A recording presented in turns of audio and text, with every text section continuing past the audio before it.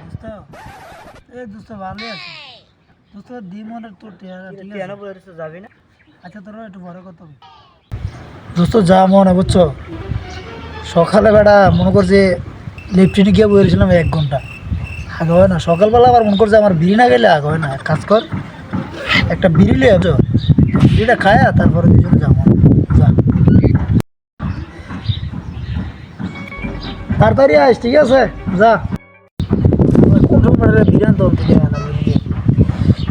মাথাটা নষ্ট হয়েছে রে তুই আইস বিড়ি গো আরে বেটা বিরিয়ানি তো বিরির দাম গেছে বাইরে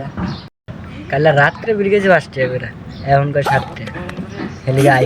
এটা কোনো কথা হইলো শালার করে শালার বিড়ি গিয়ে শান্তি নেই আজকে রোজ এখন কী করবো তোর দুই বন্ধু একটু কথাবার্তি কই পরে যা মনে ঠিক আছে কী করবো বন্ধু বিড়ি আর খাওয়া লাগতো না বইয়ে থাকতে থাকতে তো ব্যথা আছে গা এখন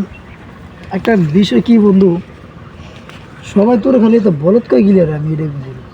কি জানি আমিও তো বুঝতে পারছি না আমার এই এলাকা বলত আমার মতো এই এলাকা চালাক লোক আছে তুই দেখ আমিও তো দেই হ্যাঁ ঠিক আছে তুই মানে মোটামুটি ভালোই চালক তো তোর একটা পরীক্ষা নেই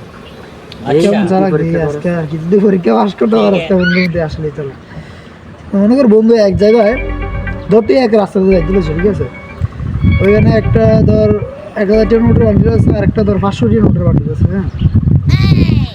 তো তুই কোন বান্ডিলটা নিবি